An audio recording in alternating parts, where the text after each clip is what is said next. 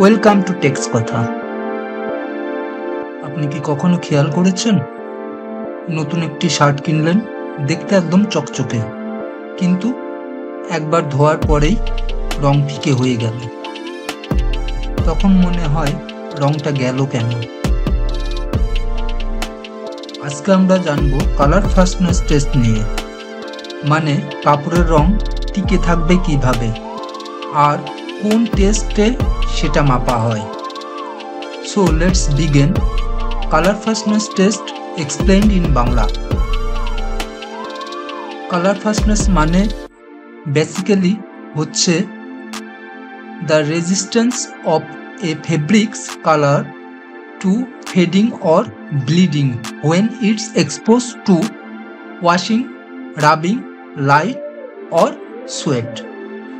সহজভাবে বললে কাপড়ের রং টেকসই থাকবে কিনা সেটা মাপা হয় এই টেস্টে। টেক্সটাইল ইন্ডাস্ট্রিতে এটা ডাইং কোয়ালিটি চেক করার অন্যতম টেস্ট। আমরা ল্যাব টেস্টে রেটিং দেই 1 থেকে 5 পর্যন্ত, যেখানে 1 মানে পোর আর 5 মানে এক্সেলেন্ট। যত বেশি রেটিং তত ভালো ফেব্রিক কালার ফাস্টনেস।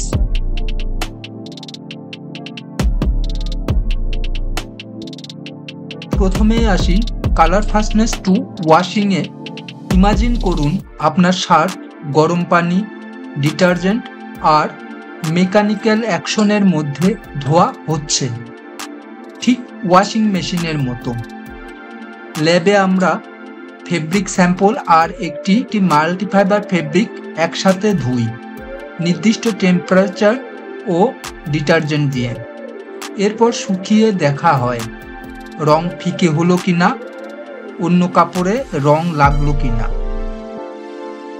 রেজাল্ট দেখা হয় grey scale for colour changing and staining দিয়ে।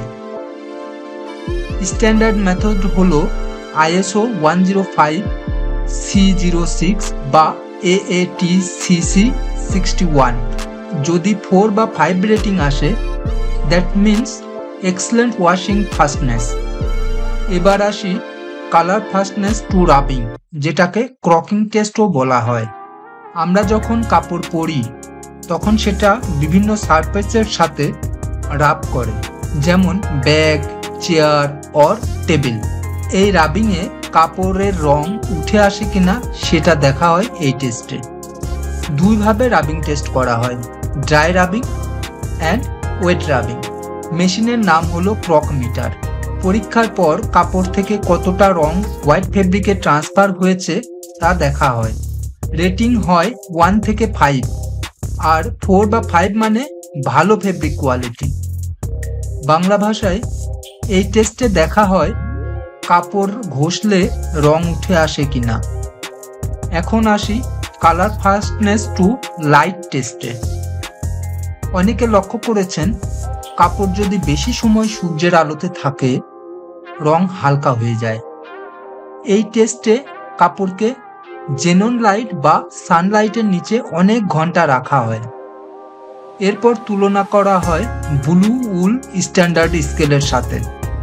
এই স্কেলে রেটিং হয় 1 থেকে 8 পর্যন্ত, যেখানে 1 মানে ভেরি পোর আর 8 মানে excellent. So if a fabric gets 6 to 8 rating, that means top quality color fastness to light। বাংলায় বললে সূর্যের আলোয় রং থাকবে কিনা এই টেস্টে সেটা মাপা হয়। আপনি ভাবছেন এত টেস্ট কেন দরকার? কারণ বায়ারদের কাছে কালার ফাস্টনেস রেজাল্ট অনেক ইম্পর্টেন্ট। বায়ার ইউজুয়ালি মেনশন করে ওয়াশিং মিনিমাম 4, রাবিং 3-4, লাইট 4-5। যদি ফেব্রিকের ফাস্টনেস কম হয় তাহলে বায়ার রিজেক্ট করে দেয় স্যাম্পল বা শিপমেন্ট। 4 কালার ফাস্টনেস মানে রং উঠে আসবে, কমপ্লেইন আসবে আর ব্র্যান্ড এর ইমেজ নষ্ট হবে। তাই কিউসি, মার্চেন্ডাইজার, ডাইং মাস্টার সবাইকে কালার ফাস্টনেস বুঝতে হবে ক্লিয়ারলি। এখন প্রশ্ন হলো কিভাবে কালার ফাস্টনেস ইমপ্রুভ করা যায়। Use correct dye according to fabric type.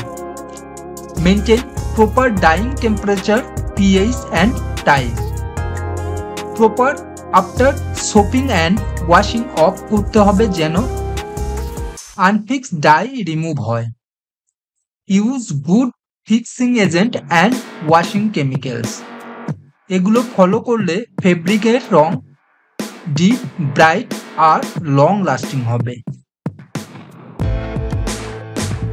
So friends, today we learned 3 major tests for color fastness, washing fastness, rubbing fastness and light fastness.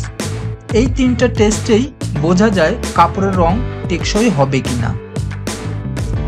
যদি আপনি চান আমি নেক্সট ভিডিওতে প্রতিটি টেস্ট প্র্যাকটিক্যালি দেখাবো, কমেন্টে লিখে জানান।